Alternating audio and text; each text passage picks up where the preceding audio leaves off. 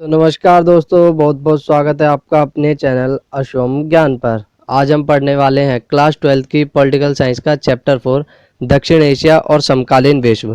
पुरानी एनसीईआरटी में ये चैप्टर 5 हुआ करता था, पर अब न्यू सिलेबस के अकॉर्डिंग आपका एक चैप्टर डिलीट हो गया, जिसके बाद ये अब चैप्टर 4 हो गया है। तो इसमें कन्फ्यूज मत होना, न्यू सिलेबस के अकॉर्डिंग ये आपका चैप्टर 4 है, दक्षिण एशिया और समकालीन विश्व। ठीक है, अब देख लेते हैं कि हमें इस चैप्टर में पढ़ना क्या क्या है। इस चैप्टर में हमें दक्षिण एशिया में संघर्ष और शांति के प्रयास और लोकतंत्रीकरण के बारे में पढ़ना है, और पाकिस्तान, नेपाल, बांग्लादेश, श्रीलंका और मालदीव के बारे में पढ़ना है। ठीक है, तो आज के इस वीडियो में हम दक्षिण एशिया में संघर्ष और शांति के प्रयास और लोकतंत्रीकरण के बारे में पढ़ेंगे, और पाकिस्तान देश के बारे में पढ़ेंगे। ठीक है, यह इस चैप्टर का पार्ट फर्स्ट होने वाला है। आने वाले पार्ट में हम नेपाल, बांग्लादेश, श्रीलंका और मालदीव को भी कवर कर लेंगे। ठीक है, तो अब आगे बढ़ते हैं। अब आप मुझे इंस्टाग्राम पर भी फॉलो कर सकते हैं, मैंने न्यू आईडी बनाई है। अगर आपको कोई क्वेश्चन हो तो आप वहाँ मुझे मैसेज कर सकते हैं, मैं आपको रिप्लाई दूंगा और आपके क्वेश्चन का आंसर दूंगा। तो ये मेरी आईडी है, इसे जल्द से जल्दी फॉलो कर लें। ठीक है, तो शुरू करते हैं आज की वीडियो। पहले हम देख लेते हैं कि दक्षिण एशिया में कौन कौन से देश विश्व मैप में कहाँ पर हैं। तो अब देखो, जो भारत है ये दक्षिण एशिया की साइड में आता है। इससे आपको सिंपल तरीके से याद रहेगा, भारत दक्षिण एशिया में आता है, और इसी के जो पड़ोसी देश हैं वो दक्षिण एशिया के सदस्य देश हैं। ठीक है, तो अब देखो, जैसे भारत बताया मैंने आपको, ऐसे ही नेपाल, भूटान, बांग्लादेश, श्रीलंका, पाकिस्तान और मालदीव। अफगानिस्तान को अभी आप रहने दो, अफगानिस्तान के बारे में अभी मैं आपको नीचे बताऊंगा। अभी आप ये 7 देशों को देखो। ठीक है, भारत, पाकिस्तान, नेपाल, भूटान, बांग्लादेश, श्रीलंका और मालदीव। ठीक है, अब जान लेते हैं हम दक्षिण एशिया के बारे में थोड़ा बहुत। दक्षिण एशिया 7 देशों के लिए उपयोग किया जाता है। तो मतलब इसका यह अर्थ हुआ, दक्षिण एशिया जो शब्द है ये इन 7 देशों के लिए प्रयोग किया जाता है, जो है भारत, पाकिस्तान, नेपाल, भूटान, बांग्लादेश, श्रीलंका और मालदीव। यहाँ पर भूटान थोड़ा सा मिसप्रिंट हो गया, तो यहाँ पर समझ लेना भूटान है। ठीक है, भारत, पाकिस्तान, नेपाल, भूटान, बांग्लादेश, श्रीलंका और मालदीव, इन 7 देशों को दक्षिण एशिया के देश कहा जाता है। ठीक है, तो आगे बढ़ते हैं। अब देखो, इसकी कुछ भौगोलिक विशिष्टताएं हैं जिन्हें हम जान लेते हैं। इम्पोर्टेंट है, याद रखना है भौगोलिक विशिष्टता क्या है इनकी। तो देखो, पहली भौगोलिक विशेषता, उत्तर के विशाल हिमालय पर्वत श्रृंखला। दूसरा है दक्षिण का हिंद महासागर। तीसरा पश्चिम का अरब महासागर, और चौथा है पूर्व में बंगाल की खाड़ी। तो अब देखो, जैसे कि ये मैप है, इसे आपको अच्छे से याद आ जाएगा। तो आप जब ऊपर की साइड देखोगे, ये उत्तर में, तो यहाँ आपको दिखेगी हिमालय की विशाल पर्वत श्रृंखला। ठीक है, और यहीं आप नीचे आ जाओगे बांग्लादेश वाली साइड, तो यहाँ आपको दिखेगी बंगाल की खाड़ी। ठीक है, अब यहाँ आप नीचे आ जाओ श्रीलंका की साइड, तो यहाँ आपको दिखेगा हिंद महासागर। ठीक है, अब यहाँ आ जाओ आप ये पाकिस्तान और भारत वाली साइड, यहाँ आपको दिखेगा आपका ये क्या नाम है, इसे क्या कहते हैं, अरब महासागर। तो आपको क्लियर हो गया होगा, इससे पूरी तरीके से आपको मैप के द्वारा एग्जांपल से समझा दिया है। अब बढ़ते हैं आगे। दक्षिण एशिया में संघर्ष। अब इसमें संघर्ष के कारण क्या है ये देख लेते हैं। ठीक है, पहला, ये संघर्षों वाला क्षेत्र है। तो अब समझो, इसे संघर्षों वाला क्षेत्र इसलिए मानते हैं क्योंकि जो इसके सदस्य देश है ना, इनमें आपस में ही विवाद है, इनमें आपस में कभी नहीं बनती। जैसे यूँ मान लो एग्जांपल के तौर पर भारत पाकिस्तान, ठीक है, कभी कभार भारत और श्रीलंका के बीच भी नहीं बनती, भारत बांग्लादेश के बीच भी नहीं बनती। तो ऐसी जो इनके सदस्य देश है ना, इनमें आपस में नहीं बनती, इसलिए ये काफ़ी संघर्ष वाला क्षेत्र और काफ़ी संवेदनशील क्षेत्र है। ठीक है, अब दूसरा पॉइंट है, इसमें नदी जल विवाद है इनके देशों में। तो अब एक आपको एग्जांपल देता हूँ। जैसे कि आपको पता होगा, आपको चैप्टर 3 में बताया था मैंने कि जो भारत और बांग्लादेश है ना, इनके बीच नदी जल विवाद है, जैसे ब्रह्मपुत्र नदी जल विवाद। तो ऐसे ही इसके सदस्य देशों में नदी जल विवाद भी है। अब तीसरा पॉइंट है आपका, नदी जल विवाद के बाद सीमा विवाद है, इनके सदस्य देशों में सीमा विवाद भी है। अब जैसे आपको एग्जांपल दूं तो भारत और पाकिस्तान के बीच सीमा विवाद है कश्मीर में, सर्कल रेखा को लेकर, और ऐसी मतलब इनके बीच सीमा विवाद है। इनमें जातीय संघर्ष भी है। अब जैसे आपको एग्जांपल दूं, श्रीलंका में आपको पता होगा कि जातीय संघर्ष कितना था। तो ऐसे ये सब इसके मुख्य संघर्ष के कारण है। ठीक है, दक्षिण एशिया में। अब बढ़ते हैं आगे। दक्षिण एशिया के सदस्य देश देख लेते हैं। अभी आपको अफगानिस्तान के बारे में बताऊंगा क्या बात थी। तो इसके सदस्य देश हैं भारत, पाकिस्तान, नेपाल, भूटान, बांग्लादेश, श्रीलंका और मालदीव। ठीक है, अब अफगानिस्तान को मैंने अलग क्यों लिखा है, अब समझो इस बात को। आपको मैंने ऊपर बोला था ना कि अभी अफगानिस्तान को रहने दो, तो अफ़गानिस्तान को इसका सदस्य अब माना जाने लगा है, परंतु जो अफ़गानिस्तान है ना वो दक्षिण एशिया में नहीं आता। अफ़गानिस्तान है वो मध्य एशिया में माना जाता है, सेंट्रल एशिया में माना जाता है। परंतु आपको मैंने चैप्टर 3 में बताया था कि बाद में जो अफ़गानिस्तान है उसे सार्क में, जो इसका इनका संगठन था, दक्षिण एशिया के देशों का संगठन था, ठीक है, उसमें सम्मिलित कर लिया गया, जिसके बाद ऐसा माना जाता है कि ये दक्षिण एशिया का भी देश है। ठीक है, ये याद रखना कि जो अफ़गानिस्तान है वो आता मध्य एशिया में है, परंतु वो सार्क में सम्मिलित हो गया, इसके बाद से इसे दक्षिण एशिया का सदस्य मान जाने लगा। ठीक है, आई होप आपको क्लियर हो गया होगा। फिर भी आपको एक बार बता दूँ, अफ़गानिस्तान देखो आता मध्य एशिया में है, परंतु जो इनका संगठन है ना दक्षिण एशिया के देशों का, अफ़गानिस्तान उसमें शामिल हो गया, जिसके बाद से अफ़गानिस्तान को भी इसका सदस्य मान जाने लगा। ठीक है, अब जान लेते हैं इनके देशों की राजनीतिक प्रणालियाँ। तो दक्षिण एशिया के देशों में एक सी राजनीतिक प्रणाली नहीं है। तो जैसे कि आपको बताऊंगा कि इनके जो सदस्य देश है ना, इनमें एक जैसी राजनीतिक प्रणाली नहीं रही है। अभी आपको बताऊंगा किस देश में कैसी रही है। भारत और श्रीलंका में लोकतंत्र है। तो देखो, जब से भारत और श्रीलंका लोकतंत्र हुए हैं ना, वो स्वतंत्र हुए हैं, सॉरी, स्वतंत्र हुए हैं जब से, तब से यहाँ पर लोकतंत्र ही कायम रहा है। चाहे यहाँ पर कितने भी संघर्ष हुए हैं, कुछ भी हुआ हो, यहाँ पर शुरुआत से अब तक लोकतंत्र ही रहा है। ठीक है, क्लियर। आगे बढ़ते हैं। पाकिस्तान और बांग्लादेश, ये दो देश ऐसे हैं जिनमें कभी लोकतंत्र रहा है और कभी सैनिक शासन रहा है। ठीक है, ज़्यादातर यहाँ पर सैनिक शासन ही रहा है। अभी आपको पूरे क्लियर तरीके से नीचे बताऊंगा, तब आपको क्लियर हो जाएगा ये सैनिक शासन और लोकतंत्र वाला शासन। ठीक है, नेपाल और भूटान में राजतंत्र रहा है। तो नेपाल और भूटान जो है, इन दोनों देशों में राजतंत्र रहा है। मालदीव के बारे में जान लेते हैं। मालदीव जो है ये 1968 तक एक सल्तनत था, परंतु अब इसमें भी लोकतंत्र आ गया। तो अब आपको इन सभी की राजनीतिक प्रणालियाँ पता चल गई होंगी। अब एक ये पॉइंट याद रखना, ये इंपॉर्टेंट पॉइंट है, ये क्वेश्चन पूछा जाता है कभी कभार पेपर में, इसे समझ लेना ध्यान से।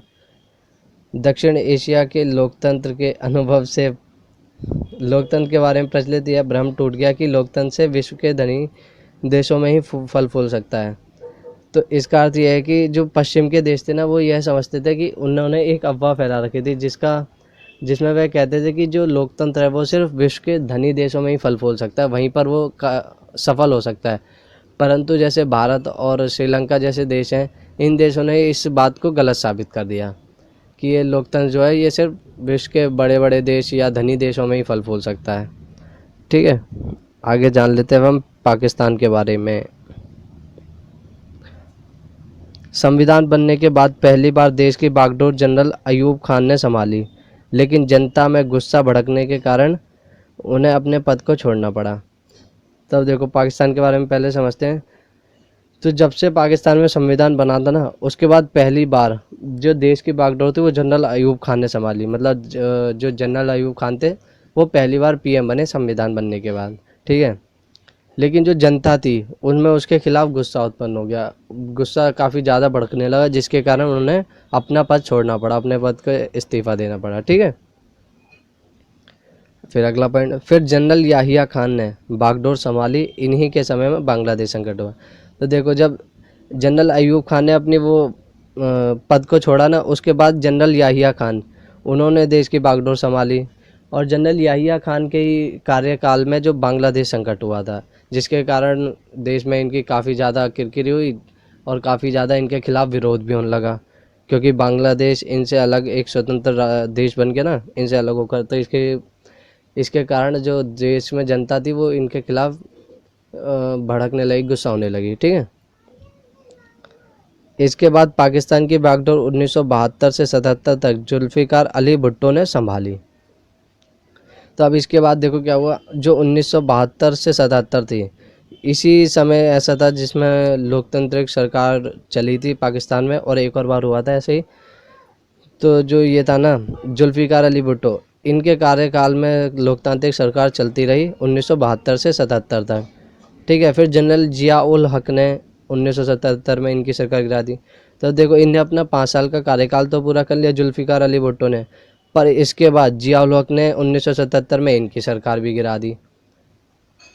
ठीक है, फिर इसके बाद क्या हुआ, फिर 1982 में लोकतंत्र समर्थकों ने जनरल जिया उल हक के खिलाफ आंदोलन किया।